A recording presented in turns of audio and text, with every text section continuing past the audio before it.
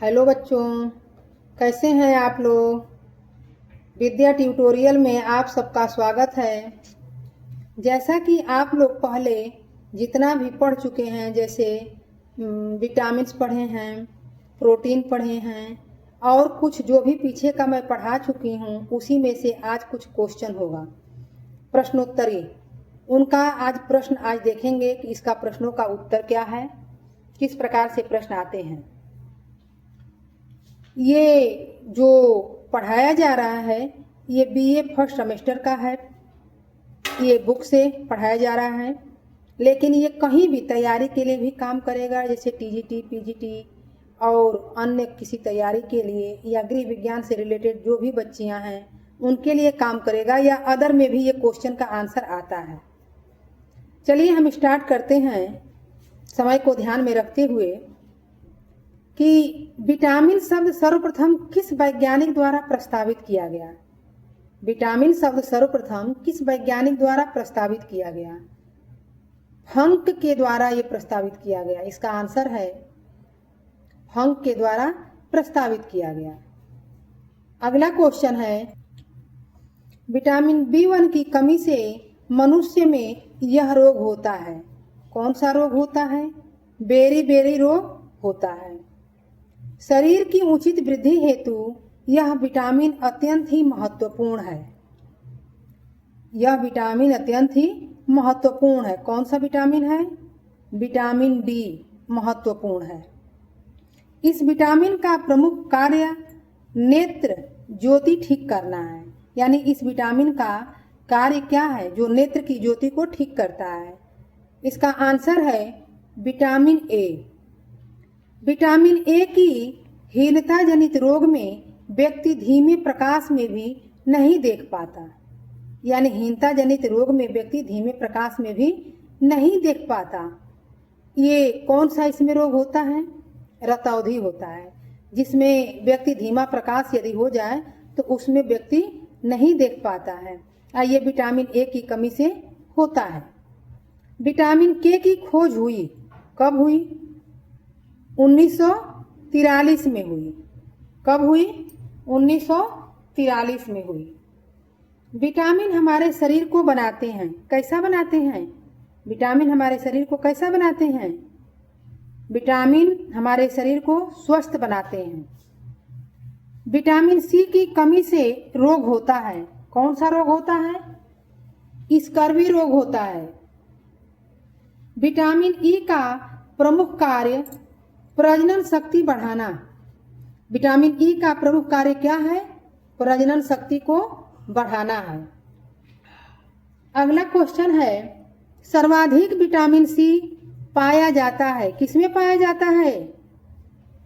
सर्वाधिक vitamin C आंवला में पाया जाता है। किसमें पाया जाता है? आंवला में पाया जाता है। सूर्य की किरणों से प्राप्त होता है। क्या प्राप्त होता है? विटामिन डी प्राप्त होता है। पानी में घुलनशील विटामिन कौन सा है? पानी में घुलनशील विटामिन विटामिन बी और सी है। कौन सा है? विटामिन बी और सी है। रक्त जमाने में उत्तरदायी है। कौन उत्तरदायी है? रक्त को कौन जमाता है? विटामिन के रक्त को जमाता है। अगला हम देखेंगे, वसा में घुलनशील विटामिन कौन से हैं? वसा में घुलनशील विटामिन कौन से हैं? विटामिन ए, डी और विटामिन ई और विटामिन के है। कौन कौन से विटामिन हैं वसा में घुलनशील?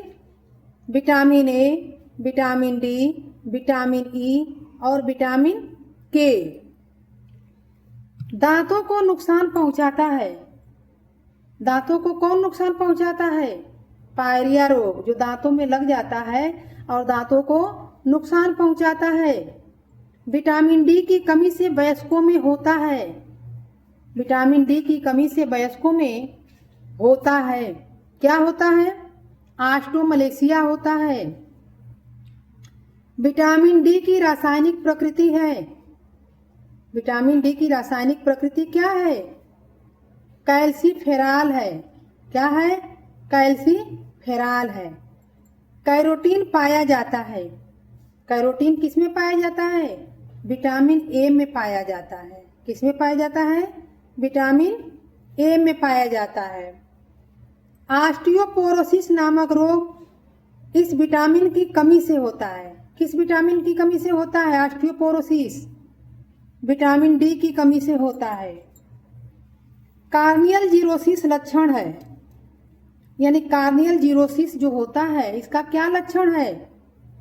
कार्नियल जीरोसिस में कार्निया का शुष्क हो जाना इसका लक्षण है। आंख में जो कार्निया पाई जाती है वो शुष्क हो जाती है, इसका लक्षण यही है। विटामिन ए की सबसे खतरनाक अवस्था है। विटामिन ए की सबसे खतरनाक अवस्था क्या है?